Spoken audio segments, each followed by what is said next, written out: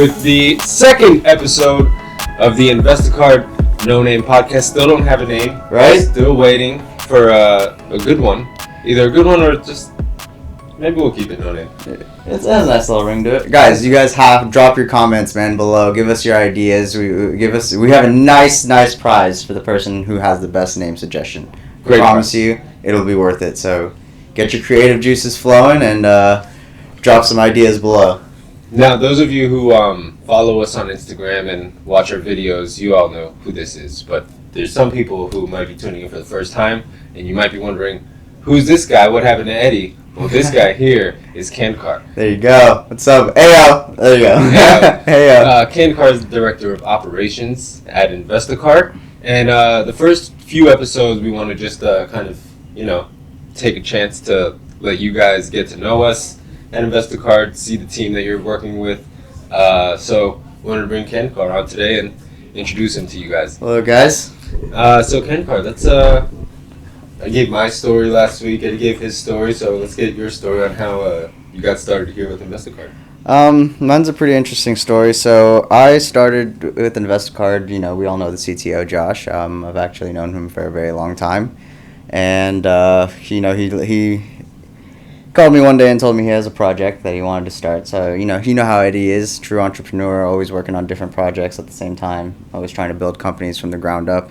So he brought me on to work on his marketing company, which we started. The whole story behind that, how we started a little while ago, and the pandemic happened. None of us saw that coming, and pretty much the market for marketing kind of went down. The companies didn't really have money to pay, but the other project, Investacard, which he was also working on, the industry just boomed during the pandemic, and so we allocated all of our energy and all of our labor over to Investacard, and that's kind of how I started over here. So I got moved from the marketing company and focused my energy here just because I saw how well we were doing and how much of an opportunity there was, and that was really it. I started off just kind of learning everything about sports cards, and ended up, as you guys know, I was doing the camera for a little bit, doing some other stuff on the side, and now I'm the operations manager, making sure everything works smoothly and that we can be on our way to a multi-billion-dollar company. Working his way up, and now he's got a stick collection, which we're gonna show off a little bit later in the episode. But yeah, I remember, we kind of worked together before Investacard with. While he was doing the marketing company. It was two separate companies, but both owned by Eddie, so we always, mingled with each other. But, then, like he said, the pandemic happened. He ended up coming upstairs to Investacard, and here we are now. Yep. Episode 2 of the podcast. Yep, there you go. I want to talk a little bit about the NFL draft. It was last week. We dropped our first episode the day of the NFL draft. If you haven't checked that out, make sure you check that episode out as well. Very interesting. Check out the first episode. Got Eddie on there. But this week, just going to recap the NFL draft. We previewed it last week. Want to recap it this week really quick. But not even the draft really, but the news that happened before the draft. Aaron Rodgers, unhappy in Green Bay, looking to make a move. And what that did to the Jordan Love market. So I was buying, I've got a couple of them here. I was buying Jordan Love a few weeks ago. Rookie base prisms. Just getting ready for, the eventual departure of Aaron Rodgers, because I think he's getting older, and I think we all kind of suspect Jordan Love to be next up, and I think he's a good buy. Well, getting into that, I was getting them under $20 a piece on auction on eBay. The news came out, and there was still prisms I was watching, and now I'm watching them go for $50 to $60 a piece. The draft goes by, Rodgers doesn't get traded, and it's looking less and less from everything the Packers are saying, like he's not going to, like he'll still be the starter for the Packers, and now they're back down to like $20 to $30 range. So still a little bit up from where they were a couple weeks ago. But down from where they were just 5-6 days ago, with people speculating that, where was Rodgers going to go. So, what do you think? Like when things like that happen in the market, just news and just such a reactive market. What do you usually do? Do you? For me, I think when I look at situations like that, I always look at it as a small hype, a small wave. So I never normally, dive into those type of trade. When I trade cards, I never trade news like that. I mean, just shows you how reactive the market is. That's just how fast. All of our data normally comes from eBay, which is normally where all the price, this entire industry runs off, is all the data that's run off eBay. So I mean, it's very reactive. Prices change every 2-3 days, and I mean every 2-3 hours sometimes. Yeah, exactly. That day. Yeah, something big happens, and a big game goes off, a big card gets sold on Golden or something like that. We saw it with the Jordans a couple months back, and the Lebrons and everything, and how they just spiked up because of some of the top sales. So I mean, waves like that. I don't normally dive into it just because I kind of figure, like, okay, what's the best case scenario, he has, like, a little wave up for 2 weeks. I don't normally jump into it, but you can see just how many people do, just because of the talk and the rumor and, the word of mouth going around in the industry, that how many people actually jump on it, and, you move the market. People, they move the needle. It's almost like, and I think sports cards is the same as like cryptocurrency and stocks in a way. Like people are looking to buy low and sell high, and it's almost the FOMO thing. With this, you look at a coin like Dogecoin, which is the hottest one right now. That every day it's like up huge, and then it's just big drop, and then do you buy? Do you sell? So I think it's finding that price point where you're comfortable buying at, and just sticking to it. And if it goes over, it goes over it. But I think that's the biggest thing, is just finding a good price point that you're comfortable at buying that specific card, and saying, I can't go any higher than that. If it goes higher, then I guess I missed out on that. Exactly. And that's one, discipline is a very big thing whenever you trade, whether it's stocks, crypto, cards, any type of asset, or anything that you're trading, really. I mean, one of the number one things I think people mess up when it comes to making profit is they buy a card at a good entry point, and they don't really have a plan as to what their exit strategy is. So, I mean, with me, one of the biggest suggestions I think I would give out there is, when you buy a card, and like Kevin said, always look for a good entry point. If you got in the good entry point, good. Also set a goal for yourself. Set a target percentage that you want to make off of this card. What's my target? I have this card. I got in it at a very good price, and what is my plan now? Do I plan on making 10% off of this card? Do I plan on making 30% off of this card? How long of a hold am I planning to make? And, just set that kind of discipline up for yourself, so that way when you reach that market, you let it go. You're not emotionally attached to your cards. Right. Yeah. It's tough to not get emotionally attached to cards sometimes, but it's definitely absolutely. Every card has a price. I think Sasha said that when he was on live last week with To the Moon. I think he said, he's never been sentimentally connected to a card, because everything's got a price at the end of the day. More on the draft, not a little bit about just Panini. They were in some auctions after day one of the draft. Trevor Lawrence, Mac Jones, Zach Wilson, Justin Fields, Trey Lance, Jamar Chase, and Kyle Pitts all got 1-of-1 blockchain NFL draft NFTs that were on auction.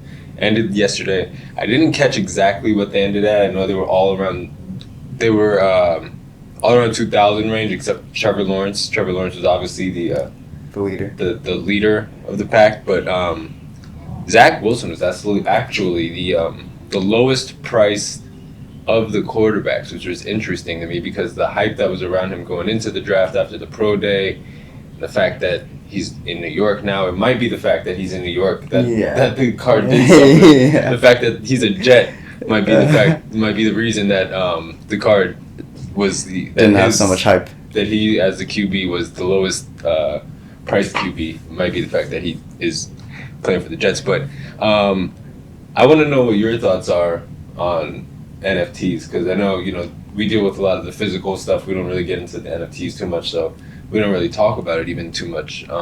we get into it here and there, but we don't really dive into NFTs. So I just wanted to see what your thoughts are on NFTs and what you think about them. I mean, we're in a weird time right now in all industries. I think a lot of things are going digital, and a lot of people don't really know how to feel about it. And crypto's booming, NFT's booming, all these digital assets are booming, and it's like the older people. I feel it's like a generational gap kind of thing. The people who are older don't really believe in it. The people who most likely have the deeper pockets right now, it's hard for them to invest in it just because they want something physical, they want something in their hands. The younger generations, I feel like they have a little more, they feel a little more confident in it, and they have a little bit more, they're able to risk more just because they have more time. Yeah. So I mean, I honestly personally don't really know how I feel about NFTs at the moment. It's so up and down. I think there's a lot of opportunity there if they do everything right. But it is something brand new territory that we're all stepping into. And me personally, I can't invest in something like that. Yeah, it's funny that you say like the older generation, you feel like they've got the pockets, but they don't really know what it is, so they don't want to invest in it. Uh-huh. The younger generation knows what it is, so they're all for it. I feel like at my age, and I'm not giving my age away, but I feel like I'm like in the middle between the older generation and the younger generation, because I definitely see it. I see the vision. Yeah.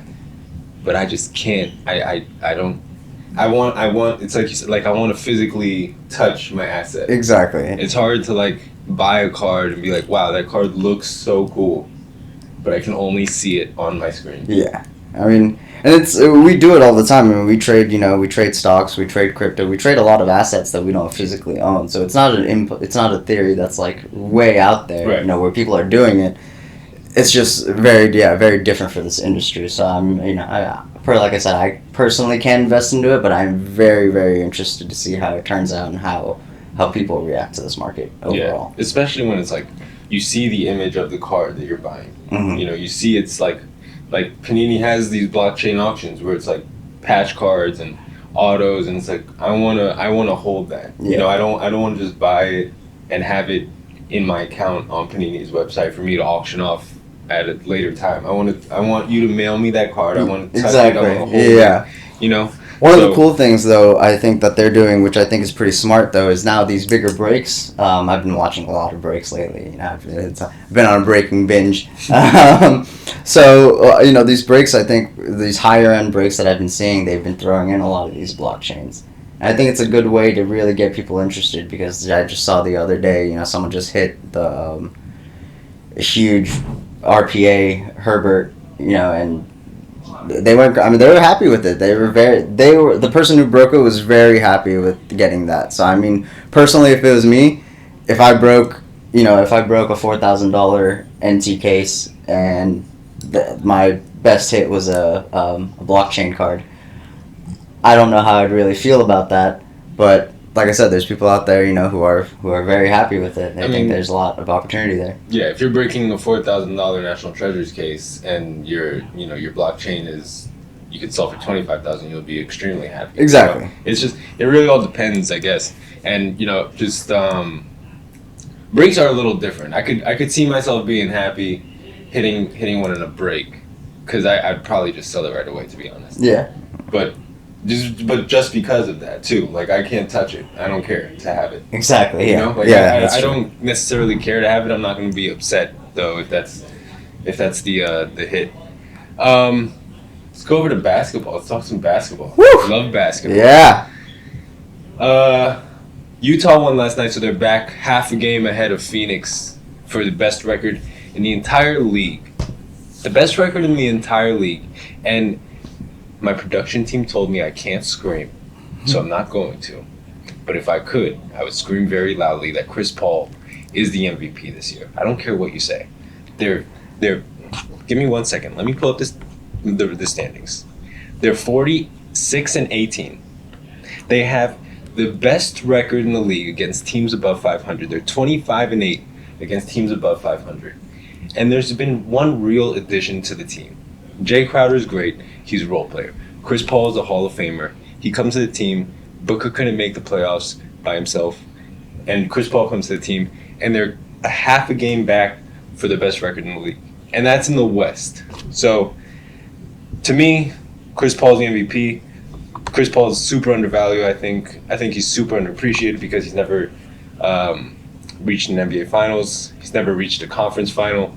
So I think people kind of undervalue Chris Paul.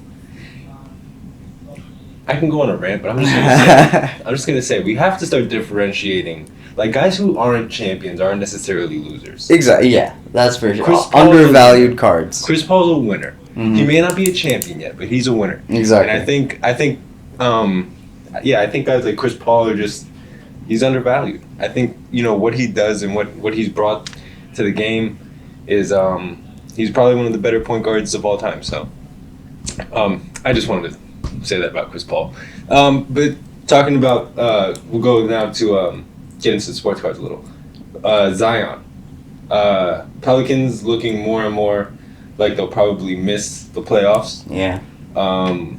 What do you think that does to Zion's value? Do you think he dips before the playoffs, during the playoffs, after the playoffs? When do you think you start to see a dip, if at all, on Zion? I would imagine so. When I see the pop report on Zion's, it just terrifies me. Over 50% or 10s. That's just ridiculous. Like, it's just amazing to me. And that's not even including how many people are cracking the 9s and crossing them over. They're giving them away. Yeah. So, the Zion Prism, especially the bases, it's a little scary for me. I personally got rid of all of mine. It's just you see them everywhere. When we go to a lot of shows, as you all may know. We go to shows all around the country. And every show I go to, people are talking about Zion. They're interested. There's always someone coming up to the table asking you how much. No one really pulls the trigger. Either all the dealers already have 5 or 6 that they want to flip, and 2 or 3 that they want to hold. And it's really selling to, I guess, what I would imagine is the new people that are coming into the hobby, because it's such a big hype that, you kind of have to have one. So you have to have a Zion, you have to have a Luka. But yeah, I think they would go down. I think, people are going to start investing a little more into the SPs and the silver and the variations than the Prism bases. Yeah, you brought up like the population on the base cards, and I think that's exactly what it is. I think if you see a dip, it's going to be in the base card. I don't know how much of a dip you'll see in the silvers, because I think that is the direction people are starting to go. Is I'm just going to buy silvers. I'm just going to buy SPs. Yes. When you see that many 10s on a base card, it's like, okay, supply and demand. I can get this anywhere from anybody at any time. Mm-hmm. So you don't see as many silver 10s or green prism 10s even. Yeah. So exactly. Those, I think the parallels and the SPs are going to be where people look to more, and I think the base, like the 9s and 10s, and I think you're even starting to see it now with like certain guys, like, and it might just be because he's hurt and his value might just be low, but I think Shai Gilgeous, his base 9s are doing like $40 right now. Mm-hmm. The kid's 22 years old. Yeah, unbelievable. So, I think you're either seeing that there, where it's going to be like just the 9s and 10s on the base cards are just going to be more affordable for everybody, and the silvers are going to be the ones that, the real guys are going out and looking for, or maybe its value is just low. Yeah, me personally, I've been holding on to Zion for a little bit, some of the bases, the 10s and the 9s, and it's been about 3 months now I've been holding on to them. I'm expecting for the price to change, and they really haven't fluctuated much. They've stayed around about the 200, for the 9s at least, about the 220, 230 price point. Hasn't really gone up and down that much and stayed that way. So yeah, I am curious to see how it goes after towards the finals, and I can't imagine it really going up that much. Going on to the Eastern Conference, the New York Knicks, Ruben's favorite team, is the hottest team in basketball, and it's been a long time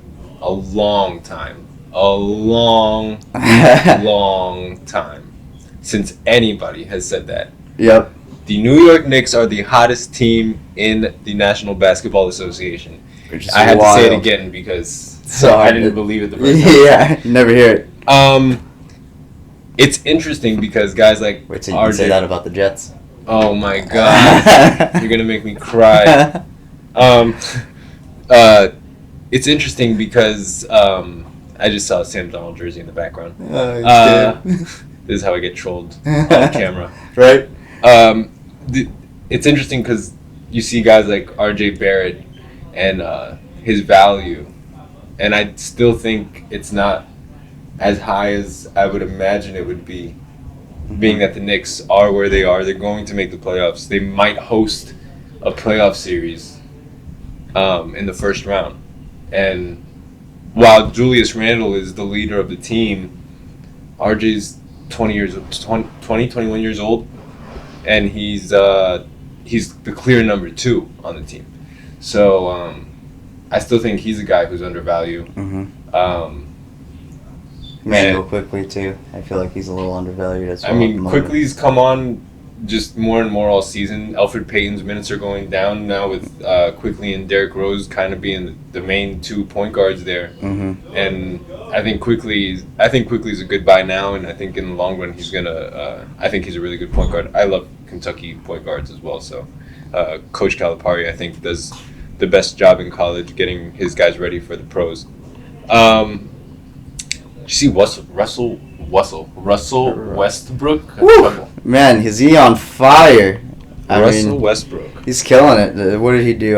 20 rebounds, 20 assists or something like that? Second time in NBA history. The second time, sorry, this is his second time. His second time, yeah. And the only other person to do it in NBA history was Wilt Chamberlain. Yeah. So that's crazy. And he's 4 triple doubles away from having the number 1 record in Oscar Robertson's triple double record. Yep. He's at 181 right now. And Kevin Durant's Russell Westbrook's at 178. Yep. So just 4 more, and he's gonna hold the NBA record there for the most triple doubles. It's great to see what he's doing because everybody loves to count Russell Westbrook out. And it's just nice to see him, prove people wrong time and time again. He could have mailed it in all season. They started the season terribly. He could have said, "I'm not here for this," and try to force his way out again or do whatever. But he's rebuilt his value.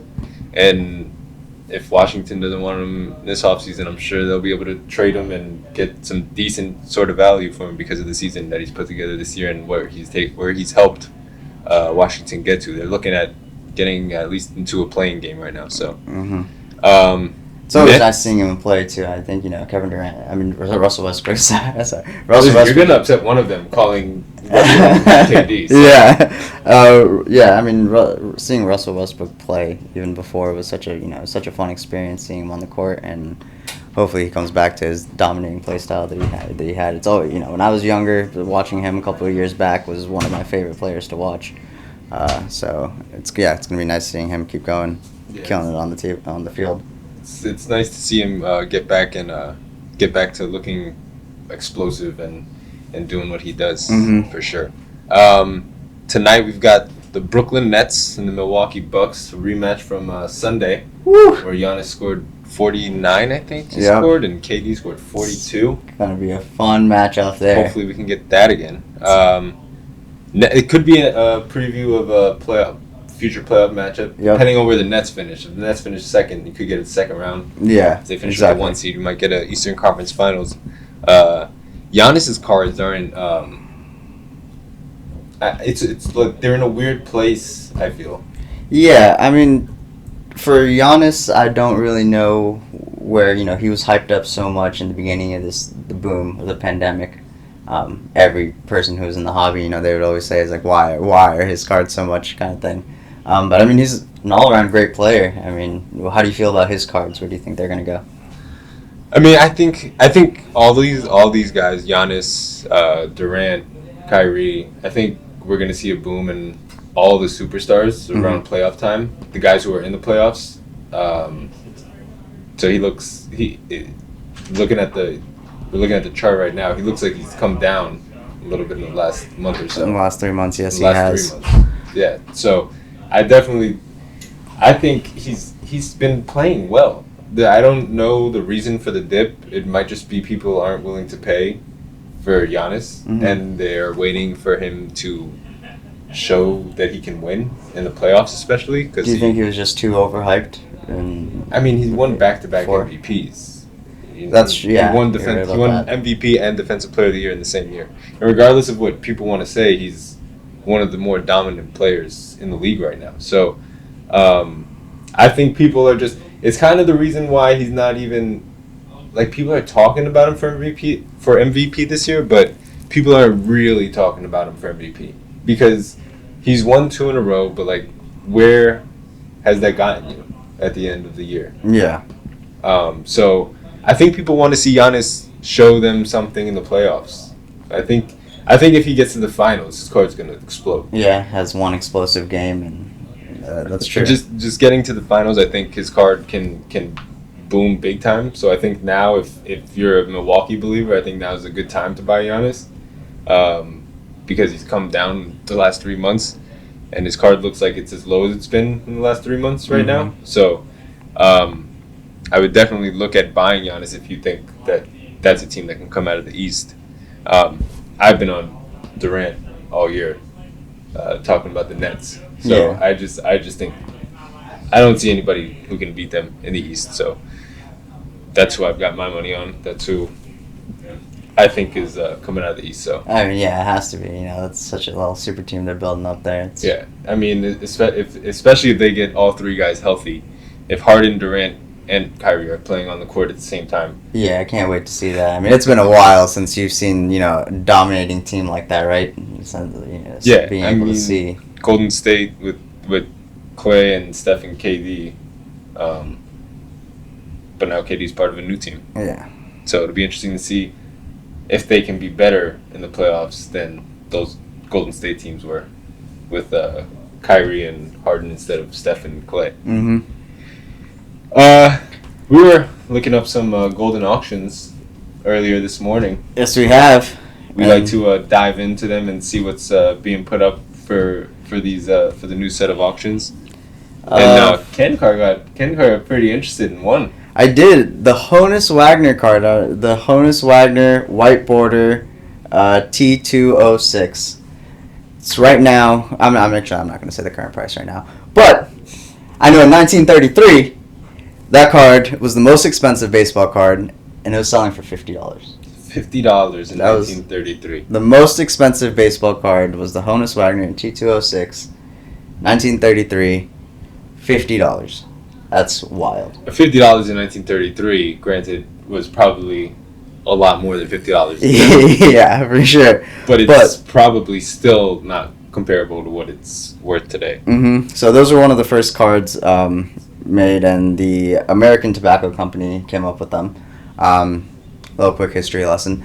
So Honus Wagner didn't want his card printed anymore. Either for whatever reason, most people think it's because he wanted more money from the tobacco company. Other people are saying just because he didn't believe in kids buying the tobacco products. It was probably the first one, and would you look at that, because people talk about athletes being spoiled today about their money. You see this? It's been happening since at least from the beginning. Since what year? 19. Well, it came out in 1909. 1909. More than 100 years, these athletes have been asking for more money. I never want to hear you guys talk about it again. So that's just wild to me. So they stopped making the Honus Wagner cards. I think they don't know the exact number, but around like 100, 200 was ever circulated. Yeah. So they stopped making them, and he was one of the rarest cards in that set.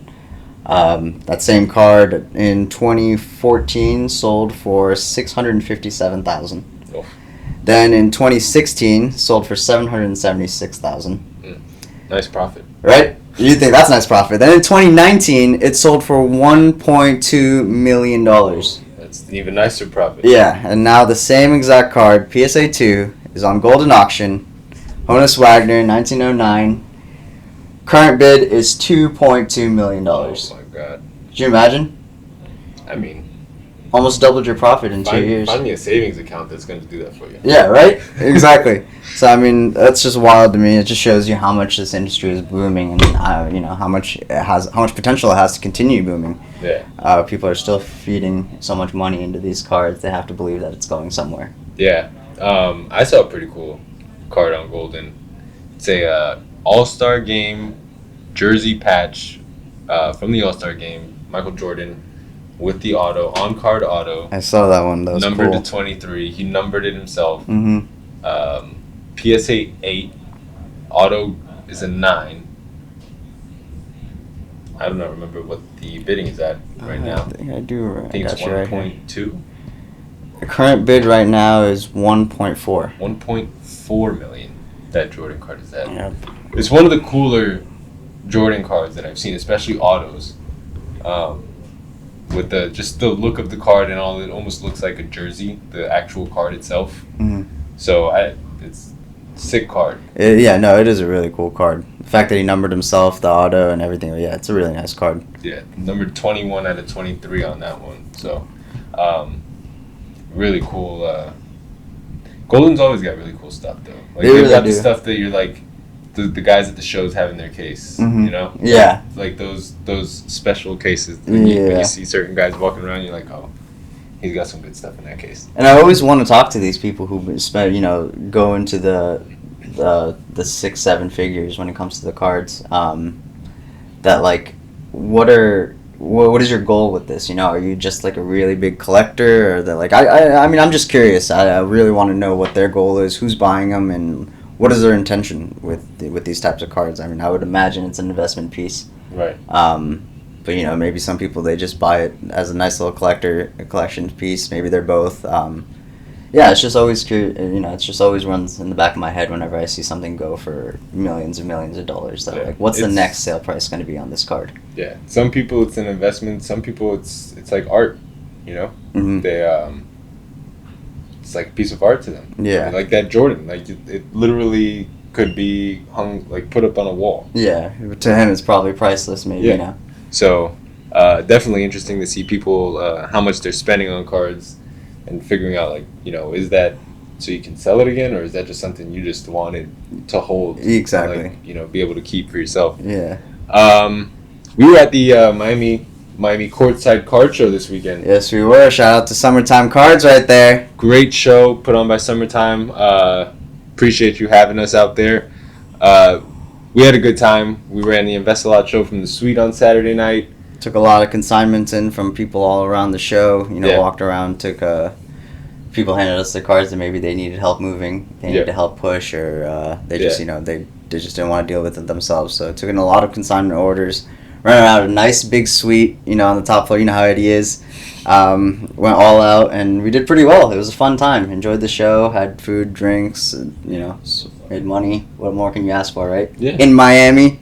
In Brickell. It's so funny, and I was saying this because you look out the window. We were right in front of a big window, and you look out and you see the boats passing by on the water, and everybody's looking. Yachts. Yachts. And everybody's looking, and they're like, "Oh, Miami's so beautiful." Everybody's telling us how great Miami is, and I'm just in the back of my head. I'm like, "Come down next weekend when it's pouring." Yeah. And you absolutely hate that you're here. But no, it was great. It was great weather. So for everybody who came down, you were treated very well by the weather. Mm-hmm. We appreciate everybody who consigned with us, who came by and visited us at the booth, who bought from us, who sold to us. It was a good show. What did you end up buying, or what did you end up selling? I know you did a little bit of both. I did. Yes, I did. So I sold a couple things. Sold a Zion scope, PSA 10. That was kind of hard to get rid of. It kind of goes back to what we were talking about before, that if you're investing in Zion, maybe it shouldn't be the base. So I had a scope, PSA 10, which I was thinking maybe it should be a hold, but someone came, as you said, every card has a price, so someone came at me with the right offer, and can't be emotionally attached. Yeah. Gotta say bye-bye. Bye-bye. So I sold that. One of the cool pickups I had, actually, I have it right here. It's right. So this is my pickup at the show. I think this is one of my best pickups there. It is a 52 Bowman Mantle, Mickey Mantle. That's iconic. Yep. So I mean, I always want. It's not in the best condition. I mean, I'm obviously not going to get a 10 or a 5 or probably not even a 3. But I mean, it's just such a sick card, just to have it in my collection. It's not the tops. It's still the Bowman. It's the Bowman 52 Mantle, but it's still a rookie Mickey Mantle. So it's I love the card. I think it's sick. I don't know if it's going to be an investment piece or a collector's piece yet, but I definitely really like the look of the card. Very iconic card. So that's one of my pickups. Well, what about you, Kev? I did some walking around. I like to buy just weird things, like things that like people are like, oh, I haven't really seen that before. Outside the box collector. Yeah, whether it be for collecting or flipping later on. But I bought. It's an Italian rookie year LeBron, Campioni di Futuro. Hey. Practicing my Italian. PSA 9. I just like it's cool. It's different. You don't see a lot of them. It's just the first thing that caught my eye in this case. Mm-hmm. And I asked him where he was at, and it came to a good price. So had to pick it up. Can't go wrong with the rookie LeBron, right? Yeah, I mean it's rookie year LeBron, future champions. I'm assuming if my Italian is correct, that's what that translates to. But yeah, it's just like I said, it's different. There's a whole set of them. There's like Roger Federer. There's Dwayne Wade. Oh wow. Yeah. There's a few different guys in the set, and I mean obviously it's LeBron, like you said, it's rookie year 2003. I don't think you can ever go wrong investing in LeBron James rookie anything. So. And you're going outside of the box with it, so I mean, there's always going to be a collector that's also interested in it. There's always going to be that guy who there's always guys who collect certain players, and I think you're going to always have a lot of LeBron collectors. Mm-hmm. And I think a card like that, if you find the right LeBron collector who doesn't have that card and is looking for that card and knows about that card and wants it, there's always going to be a market for LeBron James, especially rookie year. Trying to find cards that like. I know one of the things when I go out and go to these shows and look for raw cards, or even graded cards. One of the number one things I look for is kind of something like that, something outside of the box where there's an investment value. It's a rookie LeBron James. I mean, he's on a dip right now. All of the LeBron rookie cards are going to go up. He has so much potential. So many things that could happen to make his cards go up. Yes, LeBron James does have tons of potential. Yeah. Breaking news. And so, there's so many things that can happen in the future to make his cards go up. I know we talked about this a while back, a couple weeks back. He could be playing with the Sun. Who knows how many more rings he can get before he decides to retire. Who knows what he's going to be doing after he retires. Maybe he stays in the game, coaches, or does something with ESPN. There's still a lot of potential with his cards. Yeah, LeBron's not going anywhere in terms of, like, just him. Yeah, so I mean, in the news, in the media, like he's always going to be just the same way Jordan's always. It's gonna be an iconic face of the NFL or the NBA. Maybe NFL too. Yeah, sports in general. Finding that middle between a collector's piece and an investment piece to be able to merge that. Like, I don't think you can really ever go wrong with cards like that. Yeah, it's definitely something different, definitely something cool, something I was really happy to come away with, and. Yeah, we want to. It's a pretty cool piece. Yeah, appreciate it. We we like to be different. So of course, it's Investacard. I went to my mailbox this morning and I had 2 packages. Hey. And I said, you know what? We're filming the podcast. I know exactly what these are. Oh, you brought them? I brought them. I know what they are. Nice. They're not huge pieces. Mail day is always the best, though. I mean, even if you know what it is, it's still exciting. Get it in your hands. Which one's this one? Let's see. Okay. This one. This one, maybe I bought because of the hype. But I got it at a good price. Let me try to get. What sport is it? Football. Because of the hype, is it a rookie? It is a rookie card, yes. A newer rookie, sorry. That's what it's not. No, it is not a new rookie. Let's see. Aaron Rodgers? It's not Aaron Rodgers. Okay, who is it? It is a quarterback. But he may now be a tight end. Tim Tebow! X-Fractor! Wow. You know? That's a sick Top card. Chrome X-Fractor. Yeah. Good price. You know? It was buy now or best offer. I sent him an offer. He said, sure. I said, great. Definitely got to get it out of that screw down immediately. Yeah. Right? Yeah. For anyone who doesn't know, by the way, screw downs are not a good place to keep your cards, okay? There's a lot of issues that happen, and one of the things that we've learned, or I've learned personally, when you keep it in the screw down, it presses your card down. One of the ways that people used to fix their cards before is they used to press their cards. Mm-hmm. And if they weren't centered, they'd press it down, and then they'd cut it and alter it. Right. That's why a lot of these older cards that you get now, and then you try to send it in like the stickers or something like that, they come back altered, and you're like, why? Yeah. But it's because people have kept it in screw downs for years, and they've been pressed, and people, when you go to PSA, it's a different size than it should be. So never keep your cards in screw down holders, guys. Put a nice fresh penny sleeve and a nice fresh top load holder. And there's your advice of the day for Khandkar. This one's cool also. This is a baseball card. Baseball PSA card. slab. It's probably worth like $5, but I don't care. For now. For now. Actually, if I can get this card out of the bubble wrap, I will tell you what I think about it. Here we go. You see that? Oh, nice. It's a really cool card. Sport Flicks. These cards are just cool. I did not buy this for any other reason other than this is a cool card. It's Cal Ripken. I've got a cool Cal Ripken story also. I saw his last game actually in Florida the year he retired. And he hit 2 home runs that game. And then he took about 45 minutes after the game and went down the third baseline and signed autographs for every possible person he could before the Orioles, coaching and management had to pull him and be like, you got to take a shower because we got to go catch a plane. Yeah. So, cool Cal Ripken story. Yeah, that was my mail day. That's actually a really cool card. I don't know if you can see on the camera, but the hammers move. It's hammer time.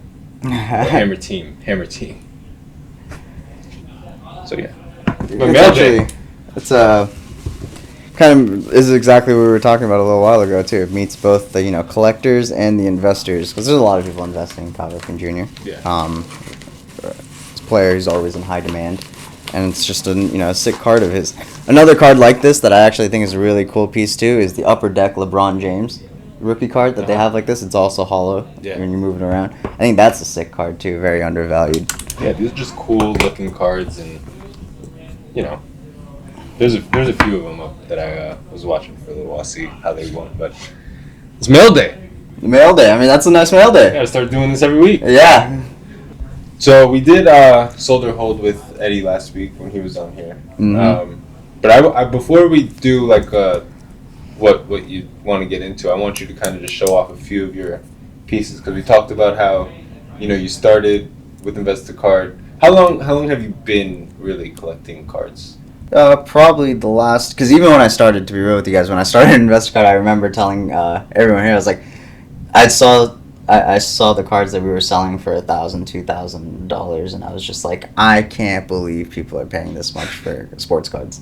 So I mean, it was a really big eye opener for me. Don't even tell the rest of you. Just show them now. After you just said that, $1,000 to $2,000. Just show them what you have, Kim. Okay, we'll start off with some of my pieces. So this is one of the cards I really believe in. Well, actually, we'll start off with this one. Oh yeah. So this is my Zion Silver, 9.5. I got this one just because same thing we were saying. You have to invest in Zion and Luka, but I just didn't want to go with the basic cards, so I went with something different, a little outside of the box. One of my next favorite cards is this one right here, 96 Fleer Ultra Kobe Bryant PSA 10. I just like this card because it's such a low pop into 10. It's very hard to get graded as 10. It's the edges are trying to find this card in mint condition is almost impossible. I've tried, so I ended up just buying the card graded, and I think this card has a lot of potential because it has a sick picture of Kobe coming up in the layup. It looks cool, and at the same time it's just it has a very low pop count, so I like that card. And these are pretty much my top 3 right here. So I have an 86 Fleer Jordan. Look at this guy. Can you believe that? All right. I mean, I had to get one of the most iconic basketball cards there is. I mean, this is literally one of the most iconic cards in the industry, and I just feel like I had to add it to the collection. Can't go wrong, investing in rookie Michael Jordan. And yeah, so I got this piece. It was still looking to trade up. I have a 6 as of now, but just wait, it'll be a 10 very soon. And this one, I love this card. Yeah, you. I know, yeah, I could imagine you love it. I absolutely love this card. So this is the Dwayne Wade, LeBron James, and Chris Bosh Matrix, BGS 9.5, and it's a very hard card to find. I've looked for months and months and months to try to get this card raw, and try to find it in a gradable condition. I just couldn't, and so I said, all right, whatever. I'm just gonna buy a graded one. And I love this card. I don't think this is gonna be a card that I'm gonna sell anytime soon. I think it's just gonna be in my PC for a very, very, very, very, very, very long time. So it's a good idea. It's the big three. One of the when I was like 12, I think I was like 12 or 13 at the time when they won their back-to-back championships, and it's just I love watching them on the field and everything. How they played, their playing style, how the whole entire country reacted towards the Miami Heat during that time. Oh, man, they hated the Heat. Yeah, they really did. So I just love this card. It's an icon. To me, it's an iconic card that is very undervalued, and I feel like has a lot of room. And now this is your sold or hold, isn't it? This is going to be my sold or hold. Yes. So I have this Lionel Messi rookie, the Mega Cracks Barca champion, PSA 9, and. Yeah, to me, I don't know if this is a sold or hold now. I'm actually curious to hear what you guys think as well. So, let me know in the comments below what you guys think if this is a sold or hold. But to me, I believe it's still a hold. Messi cards have skyrocketed in the last couple months, about over 5x their original value from before. If you check Card Ladder, and we'll pull that up. If you check Card Ladder, this card has gone down a little bit, but I just think there's so much. There still has to be room on this. You have the World Cup coming up. There's just the Euros coming up. There's so much events in soccer to keep making this card go up in value. So this is my sold or hold. Let me know what you guys think. I'm gonna say it is still a hold because there is still more room with this card. So that's my sold or hold. Let me know what you guys think. What's your sold or hold, Kevin? Oh man, I've got a good one because I think this guy somehow, for some reason, his value's dropped. Got Kevin Durant, right? And his value come down. I get he was hurt, but he's Kevin Durant. So anytime I see Kevin Durant coming down, I'm gonna try to buy him. He's I think he's a hold right now because I think they're coming out of the East, and I think his card's gonna go up during the playoffs. I think, like I said, I think all these superstars are only gonna go up come playoff time in 2.5 weeks or so. Mm-hmm. I think you're gonna see a spike in NBA, and so I think maybe hold guys like Durant for maybe a month. It's gonna be interesting. That's always where you get into those battles. I want to sell at the peak. Mm-hmm. Where is the peak? Yeah, exactly. It could look great, and you could be holding, and it could be game 3 of the Eastern Conference Finals, and they're up 2-0, and then you're looking great, and you're like, all right, I'm gonna list it this week. Yeah. And then Durant gets hurt. Yeah. And then you're like, oh my God, but should have sold it last week. So you're always in that back and forth with yourself. But like we mentioned earlier, just find your entry point, find your exit point, and figure out what you want that to be. Mm-hmm. So yeah, I'm holding Durant for sure. Okay. Holding Durant. So I know Durant had a little bit of we saw his cards have a nice big spike about 2 months ago, right? Around there. Yeah. Mm-hmm. Do you think if they go deep into the playoffs, do you think it's gonna just smash that peak over there, or where do you expect that card to be? It's a guy who I think if they win, he's gonna win Finals MVP because I think he's the best player on that team, and it'll be his third Finals MVP. Just looking at the chart now, I don't see how the 10 doesn't go above 2,500 at some point if they do win again. Mm-hmm. Like if Durant wins a third and he's Finals MVP, I don't see how the base 10 doesn't go above 2,500. Okay. The pop is a little high on that, but I just where it was and where it is now, I could definitely 100% see it doing more than 2,500. Okay. So it's a hold. I think it's a firmly hold. believe it's a hold. I think it's a hold. The pop, it's weird because you're looking at like the black border and like it's gone up in the last few months, but I think all his stuff is gonna just continue to go up. Okay. You know, whether it dipped or it's gone up, I think he's a guy that I would hold for just a little bit longer, probably. Okay, rock and roll. So we're obviously curious to hear what you guys think as well. Let us know in the comments below. And give us any suggestions that you guys have, any segments you think would be cool, anything you guys think would make this podcast better. You know me, I'm a man of the people, and I want to give you guys what you want. Mm-hmm. And Investacard, our plan is to be number one. Across the board. Yeah, there you go. So you're going to see a lot of, I'm the second guest, or technically the first real guest, because Eddie's the CEO. You're going to see a lot more guests on the show. You're going to see a lot more improvements to the podcast, and obviously our goal is to be the number one sports podcast on YouTube, right? Yes. There you go. We've got, speaking of guests and going forward and having more, we've got the CTO of the company. We got JD on next week, so excited for that. Khandkar, I appreciate you coming on, man. I appreciate you having me. Of course. I know we both got busy schedules. Yes. Especially when you're dealing with Eddie. Yep. But we figured it out. We made some time to get this done so that we can have this out for you guys. So exactly. Appreciate you coming on. Appreciate you guys watching. And you guys know what it is.